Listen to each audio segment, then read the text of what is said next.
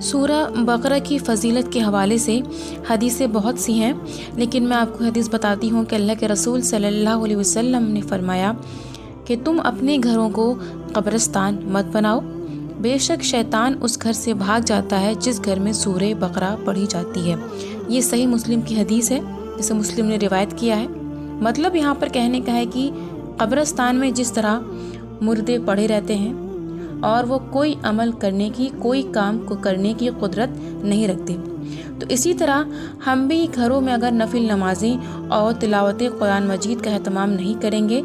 تو ہمارے گھر بھی قبرستان کی طرح ہو جائیں گے اور ہم خود مردوں کی طرح ہو جائیں گے۔ تو اس حدیث میں